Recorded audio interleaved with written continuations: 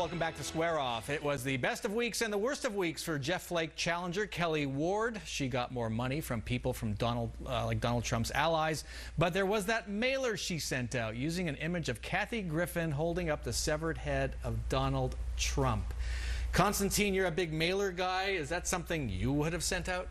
I don't know if I would have sent it out, but direct mail fundraising, kind of like email fundraising, always tends to be a bit outrageous. You're trying to get them to open the envelope, so I suppose I understand the technique. I don't know that I would have used the image, but as direct mail goes, it's not going to be the most sensational piece of mail you'll cover this cycle. Whoa, a severed head is not going to be the most sensational piece of mail we see. A real severed head would, but that one was not. Let's hope we don't go there. But speaking of going there, it seems Kelli Ward just keeps doing that. The severed head mailer, the John McCain comments.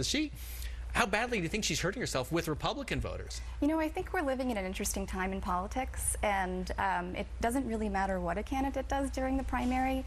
I think what matters most is that Jeff Flake is vulnerable.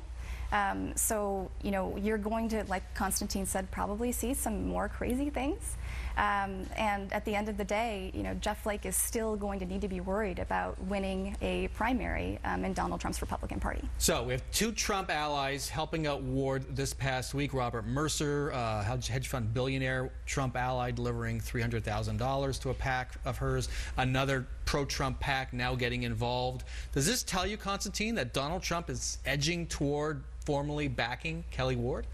I don't think it's Trump doing it, but I think there are people who obviously have affection for the president who take Jeff Flake's actions personally and are responding in kind.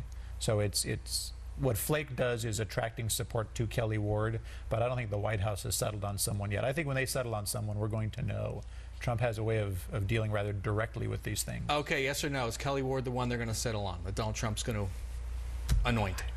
I don't know. No idea. Is Kelli Ward the one? I really don't know. I really don't know. You figured it might have happened by now. Yeah, I stopped trying to guess what's going to happen in elections after the 2016 election.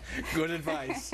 Okay, the national opioid emergency that Donald Trump declared last week. First he backed off it, then he did. Tom Price, the HHS secretary, in between said there was no need for one. But now Donald Trump has declared it.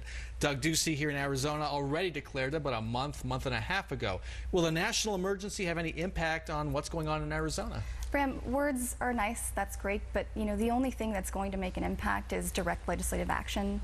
Ducey understands that. He did the executive order declaring a state of emergency because thousands of people are dying from drug-related overdose.